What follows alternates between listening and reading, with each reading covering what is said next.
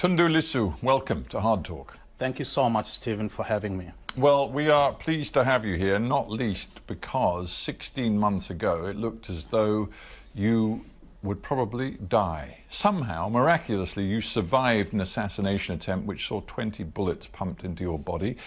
How are you today? I'm very well compared to what I was 14 months ago. As you said, I was shot multiple times. Actually, I was shot 16 times to be exact. I guess some of the bullets hit the car rather than you because they sprayed those the area. Those that hit me were 16 bullets. Those that sprayed the car, I'm told, were 38. Wow. So 16 hits and 22 surgeries later, and here I am. You seem to believe that there was a definite political intent to that attack upon you. Yes, absolutely. So what's your proof? Well, the proof is in the circumstances leading up to the attack. You see, for about 6 weeks before I was shot, there were people following me, following my car everywhere I went. There were, you know, everywhere I went, there would be the car tailing me. And then I met... They could, of course, have been anybody. I mean, it should be said for those who don't know you, you were a very public figure in Tanzania, not just because you're a senior opposition party member, you were the whip of the opposition in the Tanzanian parliament, but also you were the head of the sort of legal association. The National Bar Association. That's right. Yes. So there were probably, I dare say, a lot of people, but some of them bad people, who might have had an animus against you. You can't be sure who might have tried to kill you. Those with whom we have proof that they had bad animus against me are the government. For a year preceding the attack on me on September 7 of 2017, I was arrested 8 times. I was charged in court with this or that offense of sedition. These are free speech offenses 6 times. There were open calls by people who we know to be members of the ruling party who called openly for my assassination after I had denounced the president, after I had revealed that one of his petty projects, this acquisition of new aircraft for Air Tanzania, had actually been seized in Canada because of his breach of contract while he was serving as Minister of Public Works. You made a series of serious allegations of corruption. Of course, the President has denied and dismissed all of them. Equally, it should be said, in the intervening months, the 14 or 15 months since the assassination attempt, the government and the authorities in Tanzania have come up with no evidence pointing to any association with the government in terms of this attack. So you seem to me to be making some allegations and some connections and claims which are highly inflammatory in today's Tanzania, but you don't have the evidence. Listen, Steve. I am the chief whip of the official opposition. I'm a parliamentary leader. I live in a government housing compound that is heavily guarded 24 hours, 7 days a week. Every apartment block inside that compound is guarded 24 hours, 7 days a week. And on the day of the attack, in broad daylight, it was 1 o'clock in the afternoon, during lunch break, during the parliamentary sessions, gunmen followed me from Parliament into this heavily guarded government housing compound where ministers, members of Parliament, the Speaker, Deputy Speaker, and so on and so forth live. And there was absolutely no protection. There were no guards at the gate. There was no security whatsoever. I understand all that, but I'm also mindful of legal niceties here. And the President did say after the attack that he utterly condemned it, and he called immediately on law enforcement to catch and punish the culprits. Did the President talk to you after the attack? He has never, ever spoken in public about this attempted assassination. Never. There was a tweet there was a tweet, a very small, very quick tweet, and it disappeared. But the president has never, ever publicly spoken about the assassination attempt. The president, and this comes from the Speaker of Parliament, the president has blocked efforts to have me treated at the cost of Parliament, which is my statutory right. And again, just to keep people informed of what has happened since, in the year and more since the attack, you have had to have medical treatment, first in Kenya, but extensive treatment, rehabilitation in Belgium. In Belgium. So you've been based in Belgium for a long time, and you've had an awful lot of time to reflect. When you think about some of the things you said in the lead-up, the summer of 2017, before the assassination attempt, you called the president a petty dictator. At one point, you called on the international community to treat Tanzania, and I'm quoting you directly, as the skunk of the world. Yes. Yeah, now that you've had time to reflect, do you think you went too far? You went over the top. Governments that kill their citizens, governments that use their security forces to target their political opponents, governments that prohibit political rights which are protected by the Constitution, governments that cause civilians to be abducted and disappear, like it was with those obnoxious Latin American dictatorships of the 60s and 70s, the governments that have occasioned loss of lives, that destroy innocent lives. In the world, those governments deserve to be described as the skunks of the world. How disappointed are you that the Tanzanian people, they listen to you, they listen to the president, they weigh up the different messages, and right now the president enjoys an approval rating that is well over 50%, some measures it's 70%, and there is every sign that both he and the ruling party are going to win and win big in the next round of elections? Mr. Sarkar, I will say this. During the first year of President Magufuli's tenure, we were told his approval rating was in the high 80s. A year later, early last year, one of those pollsters came up with polling that showed that the president's approval rating had dropped to 61%. And you know what happened? The managing director of that polling firm had his citizenship questioned, his passport seized, and for all intents and purposes, they will never do it again. Because now, immediately after, a new statistics law was passed, which says if you bring out statistics that put the government in a bad light, you are a criminal. Before we get there, just on this matter of whether the president is seen by his people to be doing a good job, let's just consider a few of the achievements of this administration, the Magufuli administration. He promised to cut out much of the corruption in the country.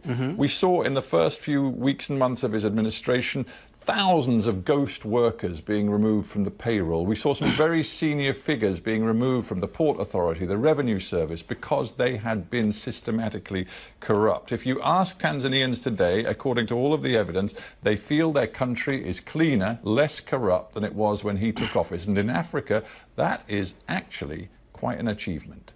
We also saw the president building a brand new airport in his home village, like Mobutu Sese Seko with his village in the middle of the forest somewhere in the Congo. We've seen the president doing, and they say it openly, that the president is purchasing aircraft for Air Tanzania Corporation. Now, that is none of the president's job. You point to some very specific instances. I point to systems. For example, there is no doubt that the Tax and Revenue Service is bringing in more today than it was before Magufuli came to power. He has, it seems, delivered on his promise to make Tanzanians pay their taxes to be a more efficient, a more responsible society and economy. And that is a really big deal. In fact, on the contrary, there was a spike, there was an increase in tax revenue during the first year, in 2016, 2017, thereabout. But since then, revenues tax revenues for the government have gone down. And why? Because the president has attacked the business community. He's attacked private investors. Investment is drying up. And therefore, well, hang on. You say he's attacked private investors. Yes. What he's done, again, is deliver on a specific promise made to get a little bit tougher with the foreign corporates, including the huge mining companies who have been making vast profits out of Tanzania's natural resources for years. He said he would get tougher with them. He has delivered on that. And the Tanzanian people, again, I come back to all of the polling evidence, it seems like what he has done. Well, whose polling are we talking about here? When the president and his party and his government pass laws that prohibit independent verification of the statistics they're giving publicly, who is there to say that these figures are correct? I don't want to just stick to polls. Let's take the analysis of a respected independent observer of Tanzania, Dan Padgett. He writes on Tanzanian affairs, both at Oxford University and SOAS. He says this: Magufuli has defied the assumption that African states cannot take on big multinational corporations and win. He sought out a confrontation with the mining companies, which eventually led to Barrick Gold and others agreeing a deal that involves substantial concessions to Tanzania. Are you seriously, as an opposition, saying you don't like that? Barrick has not agreed any deal. We were told by the president himself that Barrick had agreed to pay $300 million as, I don't know what they called, like a golden handshake, I don't know. But the president himself made a statement that they have agreed to make a payment, an immediate payment of $300 million. They have not paid a penny. Not a penny. They were slapped with a tax bill of $194 billion. They have not paid a penny. Not a penny. But it seems you don't even want the government to take on the big foreign corporates. Well, You've been complaining, saying, oh, we must be nicer to them. And I have not said that at all. I spent 19 years, from 1999, when everyone, Magufuli included, were singing the praises of these investors in the mining sector, were ripping us off. 19 years was the sole voice to the contrary. If I may say, if it is so clear that Magufuli and his administration are failing the Tanzanian people, why is it that in the last year a substantial number, at least 6, possibly, depending on how you read it, 10 members, opposition in Parliament, and of course there are various parties in the opposition, but at least 10 members, it seems, have defected to the government side, including some of the most senior figures who were leading the opposition to Magufuli? They're now on his side. There has been a major trend. There has been a major commercial enterprise in politics in Tanzania over the past 1 year. What do you mean? I mean precisely that people have been given money to change sides. People have been promised that if you change sides, we will ensure that you return as a candidate, and we will use whatever force we have in our capacity to make sure that you win. And that's exactly what happened. You're a very senior lawyer, so you know better than I that it's very dangerous to bandy about these allegations when you don't have specific evidence. When, of course, the people who you're making the allegations against, i.e. some senior figures in the opposition, are not here to defend themselves, and they absolutely categorically deny all the charges you've just laid at their door. Let's take one example. Lawrence Masha, he was Home Affairs Minister in the government of Kikwete for a while. Then he became an opponent of Magufuli, was very hard on Magufuli, but in recent times has decided what he sees from Magufuli is actually quite positive. He says, while you may not always agree with the president and the way he does things, his heart is in the right place. He is having an impact on the lives of everyday Tanzanians. Mr. Saka, in the 3 years since President Magufuli came to office, 380 civilians, villagers in Kibiti, Kilwa, Rufiji, and Mkuranga district, just south of Dar es Salaam, have disappeared. Bodies have been washed, found, floating in River Rufiji, in the Indian Ocean beaches. This is unprecedented in the history of Tanzania. We've never seen anything like this. We've seen in those 3 years political opponents of the government and his party being murdered with complete impunity. No investigation, no arrests, not even suspicion. murdered in broad daylight. This is unprecedented. Now, is this the price that we must pay in order to have less corruption? Is this the Tanzania you want, where the language being used and the allegations being made are getting ever more inflammatory? The government clearly is worried by this. They've passed a whole raft of measures and proposed some more, which many would say repress freedom of speech. They say it's because they are so very worried that freedom of speech in Tanzania is being abused by people spreading false allegations, making up stories. That's why they've put new controls on social media, on bloggers. They've also, from time to time, closed down newspapers, radio stations. I just wonder whether, again, on reflection, you feel that the way you're making your political arguments is fanning the flames or actually cooling tensions? Stephen, what I have said about the killings of civilians in the refugee area, what I have said about disappearances of political opponents, what I have said about the crackdown on the press, what I have said about individual bloggers or people sending these messages on WhatsApp groups and so on and so forth, has been said with more or less the same vehemence by the churches, by the press. They've been spoken in Parliament. They've been said by the international community. They have been repeated basically by the European Union in their recent resolution. So what I'm saying is nothing, absolutely nothing new for those who know what has been happening in Tanzania. It faces you with a choice, though, because the government, even with its latest legislation, where it wants to repeal the Political Parties Act to make it much more difficult for opposition political parties to conduct what is being called activism on the streets, you then face a choice. Are you going to confront this government and its repressive legislation openly, and that could, of course, lead to violence, or are you going to find ways which are peaceable rather than potentially confrontation? We have always fought political battles peacefully. We have never, ever advocated the use of violence as a political weapon.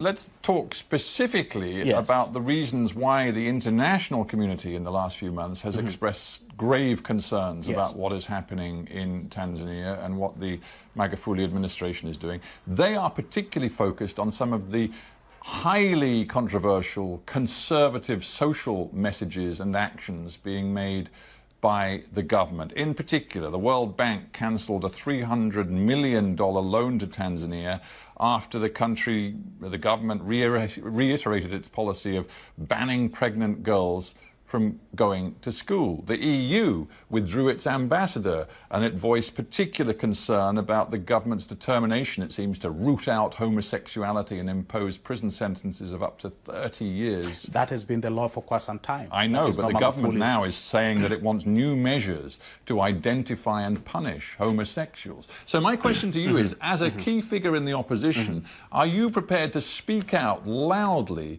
against these repressive social measures of the current government? We are on record that the issue of pregnant schoolgirls continuing with their education is a government policy. It is Magufuli's own government policy. It is in their own party manifesto. It is in their party documents. It is part of our law.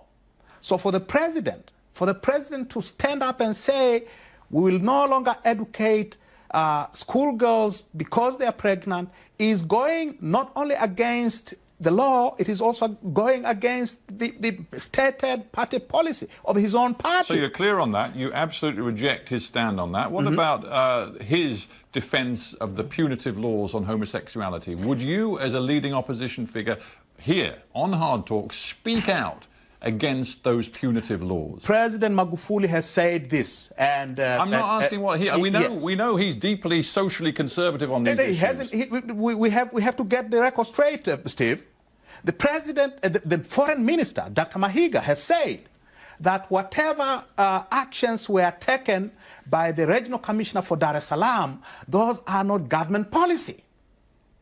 That is not government policy. What I want to know, and I dare say many people around the world would like to know, is a senior African opposition politician prepared in public to say these laws that we have currently in our country on homosexuality, punishment of up to 30 years in prison, are utterly unacceptable, and if I achieve power, we will get rid of those laws? Every individual is entitled to their privacy. We should never allow the government to start peeping into people's bedrooms. So you would eliminate all of these laws which criminalize homosexuality? Let me put my... Please, yes, because we're out of time almost. Would you eliminate the laws that criminalize and punish homosexuality? If they violate, and I think they violate the privacy, the right to privacy that is protected by the Constitution, then those laws are definitely unconstitutional. By the Constitution of Tanzania, I'm not talking about any other constitution. Our Constitution says these are private matters and they should remain private matters. In the course of this interview, you've outlined so many different areas where you say the president is taking Tanzania in the wrong direction. Yes. Now, you've accused him of an awful lot of bad stuff during our conversation. Yes. Are you, having had your all of your operations, your surgery and your rehabilitation, are you now ready to go back to Tanzania to fight this president politically, put your name on the ballot for the next presidential election? My treatment is still ongoing. But I have stated clearly that when the doctors declare me fit to go, I will go to Tanzania. That is one. I'm not in exile. I'm in Belgium because I was shot 16 times and doctors have had to operate on me. So are you prepared to go back to Tanzania without specific security and safety guarantees? I will go back to Tanzania when I'm fully fit.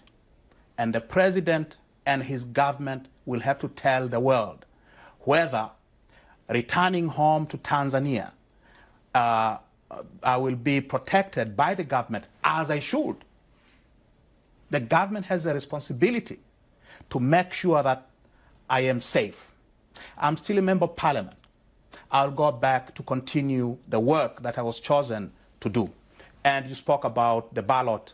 I have stated, if the people of Tanzania, if the members of my party believe that I'm the correct person to face President Magufuli in 2020, I'm more than ready to do so. Tundulisu, we'll keep watching that story. Thank you very much. Thank you so much, Steve. Thank you so much, Steve, for coming.